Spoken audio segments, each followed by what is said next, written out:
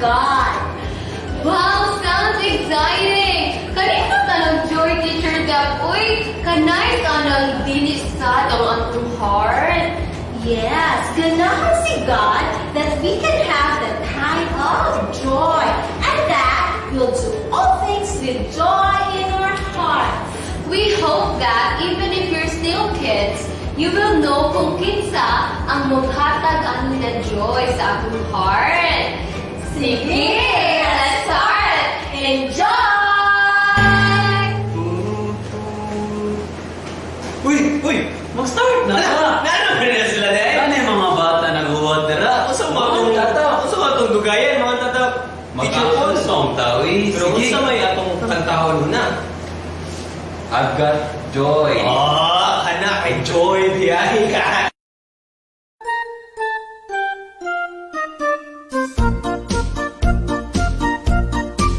I've got the joy, joy, joy, joy down in my heart. Where? Down in my heart. Down in my heart. I've got the joy, joy, joy, joy down in my heart. Where? Down in my heart to stay. And I'm so happy, so very happy. I've got the love of Jesus in my heart. And I'm so happy, so very happy. I've got the love of Jesus in my heart. Na mga bata, atong balikon og kausapa. Are you ready, Kuya Paul? Yes, I'm ready. Sige, ready!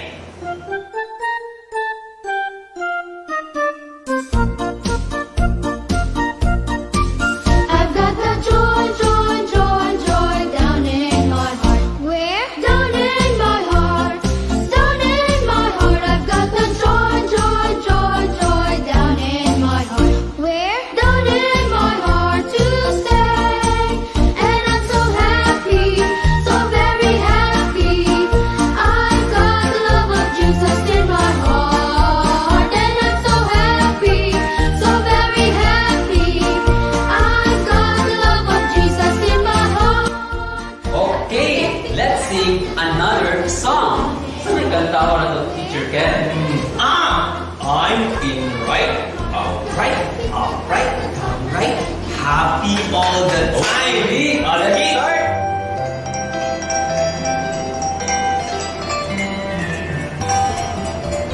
I'm in right up, happy all the time. I'm in right up, happy all the time. Since Jesus Christ came in, and with my heart to sing. I'm in right up, happy all the time. So yun na, Teacher Paul, ako daw balik ko ng kausa.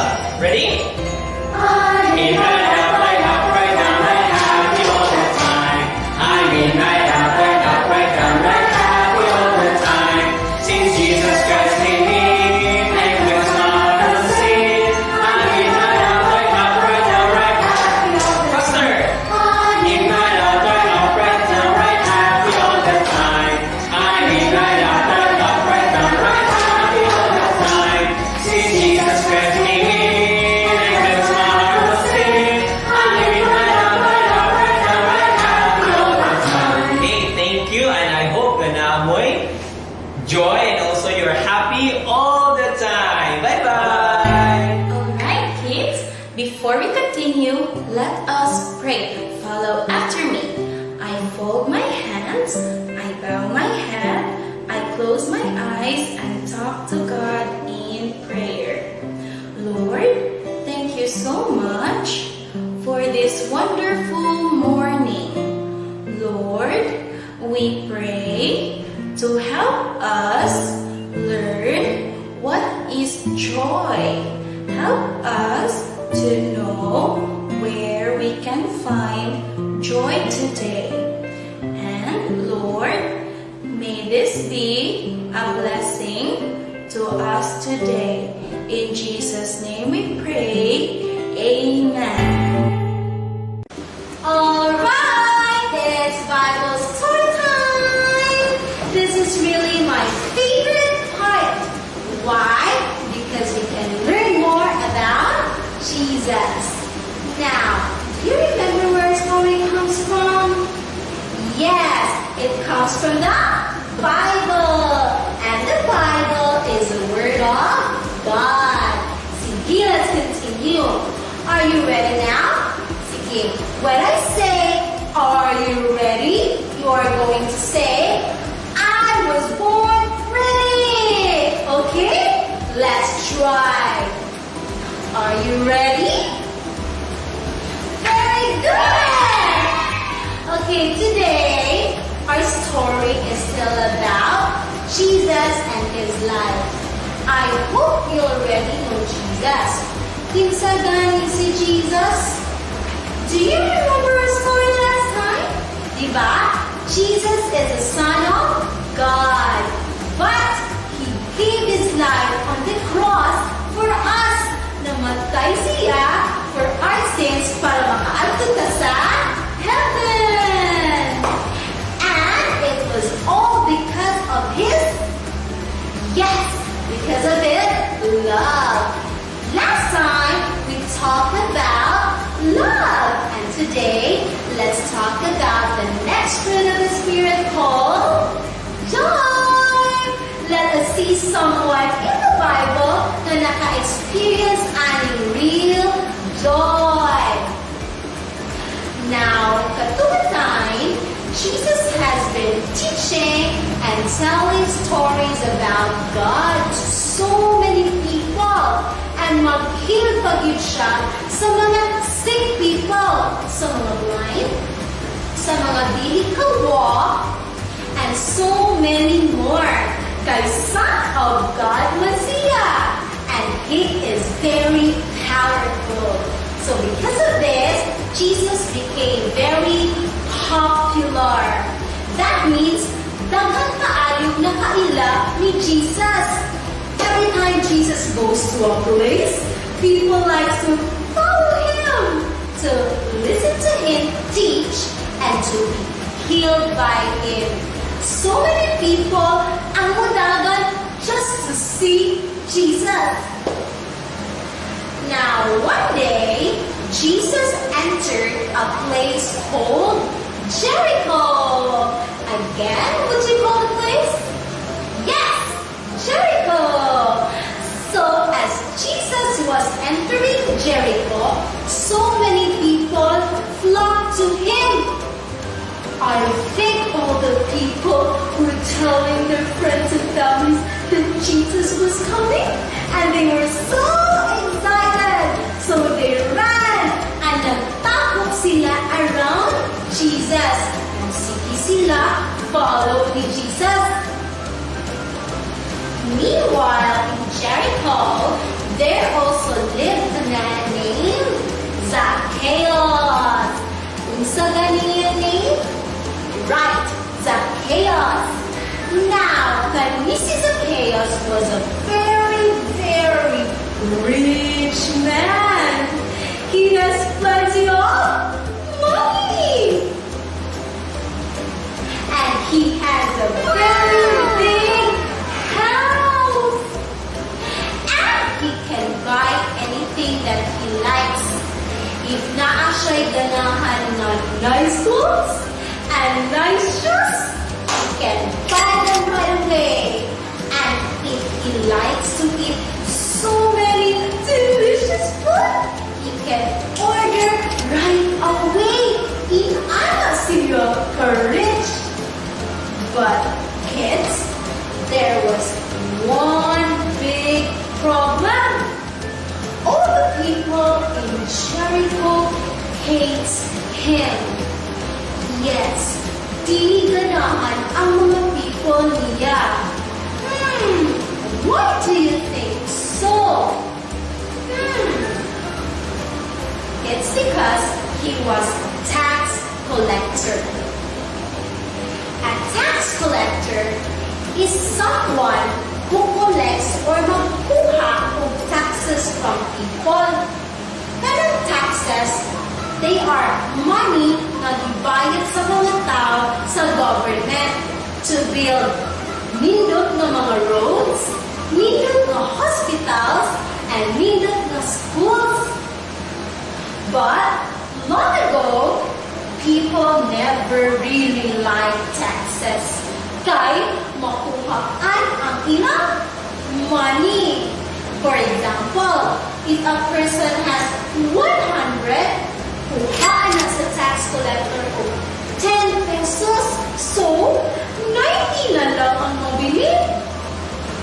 So they never really liked tax collectors, and they thought na magkuha sa sila of money for themselves, just like Zacchaeus. Hate nila si Zacchaeus, kaya nag-think sila na rich siya because he took some money from their taxes. They thought that he was a thief and a big sinner. Now, this time, Zacchaeus heard the news that Jesus was coming to Jericho. So, he ran pariha sa uban just to see him. But when he got there, he cannot see Jesus. Why? What's ang problema? The problem was that Zacchaeus was a very short man. Siya ang pinaka-short sa mga tao sa Jericho. See? He tried and tried to see Jesus. But wala gihapon. Nijot na siya. Pag natabunan gihapon siya sa mga tall people. Hi! He got so sad now. But, taon, he saw a sycamore tree and he got an idea. Nakating siya na musaka siya sa tree so he could see Jesus. Yes! Finally! Makita na niya si Jesus! So, he started to climb the tree carefully, and yes! Finally! He saw Jesus coming. Maybe he said, wow! What did he see Jesus? He was so happy! He was filled with joy just by seeing Jesus! But the story isn't over yet. His joy became even greater. Mas na happy pa din siya. Why? Because when Jesus walks towards the tree where he was, Jesus looked up and said, Zacchaeus, come down! Naog ka dayon! Because today, mupuyog ko sa inyong house. Wow! Zacchaeus said, si Jesus will stay sa among house? And he got even more excited. And he came down right away and welcomed Jesus.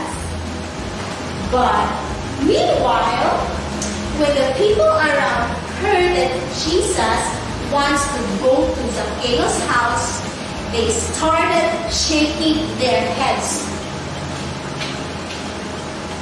Ano siya sa house sa sinner? I'm sure Zacchaeus heard the people, but he did not mind. Zacchaeus jumped out of the tree and said to the Lord, Lord, right now, I will give half or katunga sa akong money sa mga poor. And if nangawat ko from someone, I will pay him back 4 times the amount. That means if he owed someone 1 peso, you would pay back 4 pesos.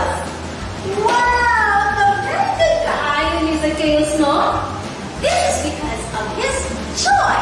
Sukad ang ilhan niya si Jesus. The important part of this is that Zacchaeus had a change of heart.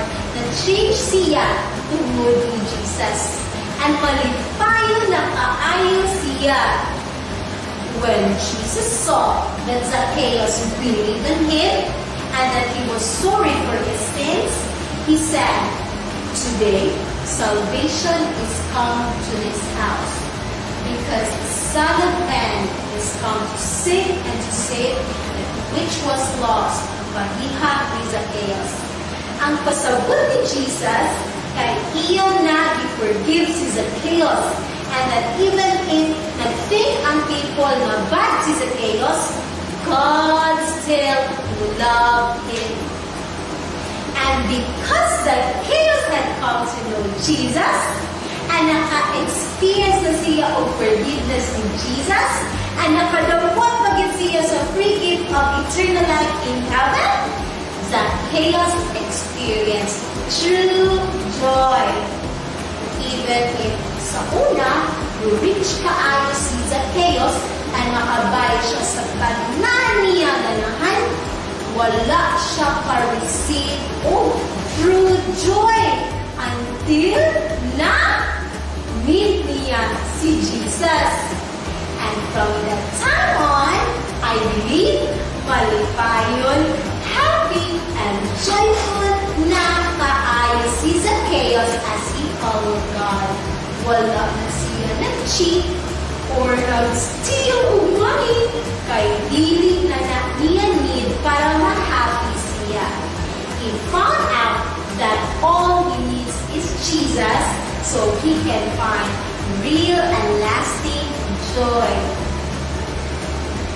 Now, ikaw, how about you? Do you want to experience the true joy that he has na-receive ni Zacchaeus? First, you should know that Jesus loves you so much that he gave his life for you. Even si Jesus, with joy niya, ihatag niyang life for us. Ingon sa Hebrews 12:2, who for the joy that was set before him endured the cross. Why ba joyful ihapon si Jesus even if ilan siya sa krus? Kay kabalo siya, tungod sa iyang gibuhat, we can go to heaven. If you just know that somebody loves you that much, and that Jesus is your friend, dili na yun ka dapat masad. You will have the joy that comes from knowing that Jesus loves you and cares about you. And then, let us follow what Zacchaeus did. First, i-admit siya na siya ang usa ka sinner.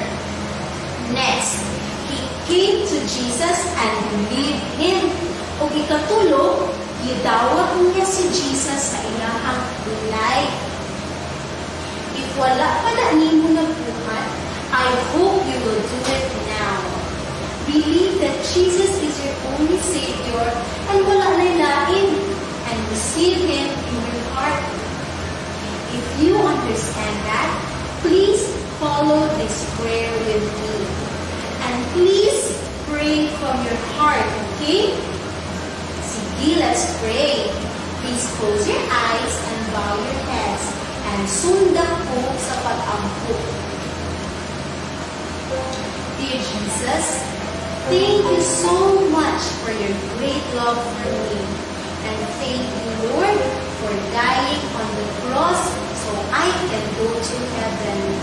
Dear Jesus, I'm sorry sa akong mga sins.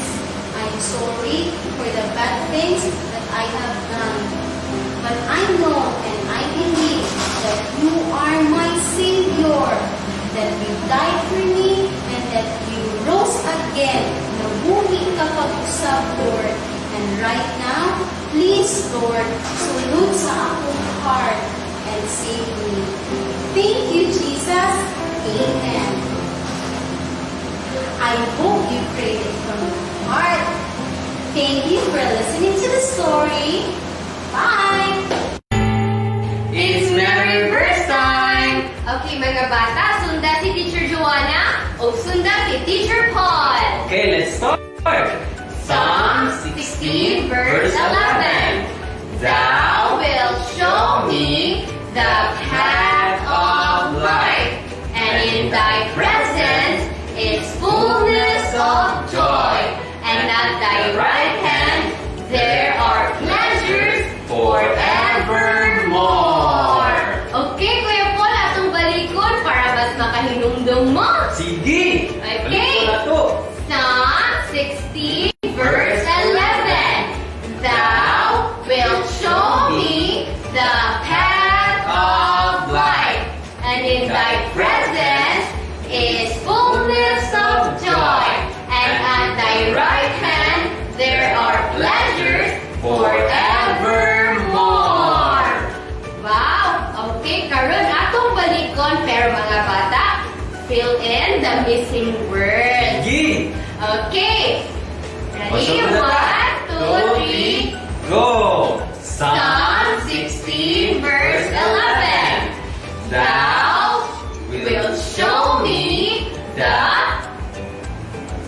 and in thy presence is, and at thy right hand there are. Very good! Okay, mga bata, continue memorize ha sa inyong mga balay. Okay, again, ako si Teacher Joanna o si Teacher Paul. Goodbye! Hello kids! And welcome sa atong Craft Time! I am Teacher Ken. And I am Teacher Vivian. And we are your Craft Teachers! So, Teacher Vivian, kung sa man ang atong buhaton karon?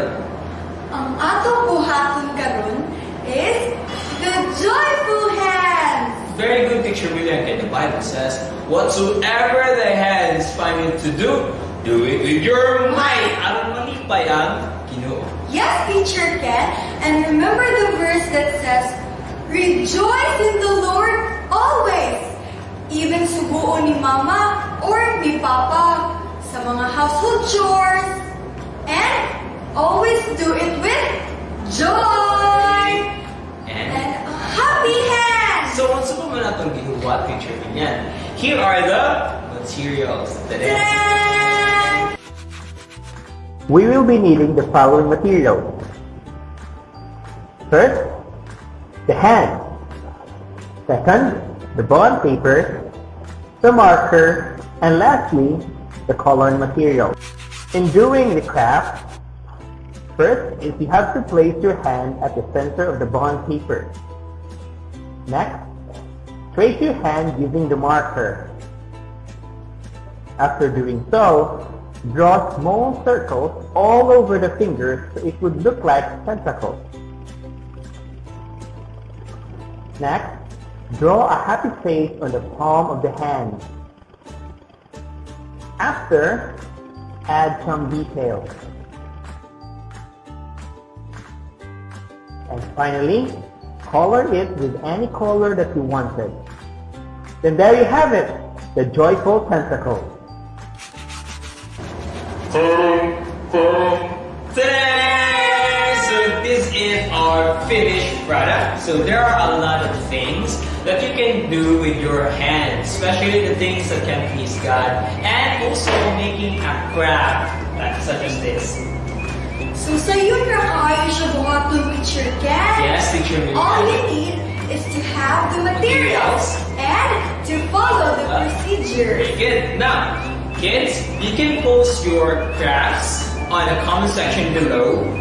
And don't forget to use #CraftTime with joy. So we hope na inyong may inumduman na we have to do all things with joy. And this is Craft Time! Imo na bang gidawat si Jesus Christ sa imong heart? If humanan na, then naala kay true joy sa imong heart nga si Jesus Christ ra ang makahatag nimo. If happy ka, happy ba ka nga naala kay Jesus Christ sa imong heart? If happy ka, then amen! Happy tagtanan! Because Teacher Rio and other teachers as well, like Teacher Dan, Teacher Joanna, Teacher Milian, Teacher Ken, and Teacher Paul, we are also happy nga naanak kay Jesus Christ sa imong heart. Yay!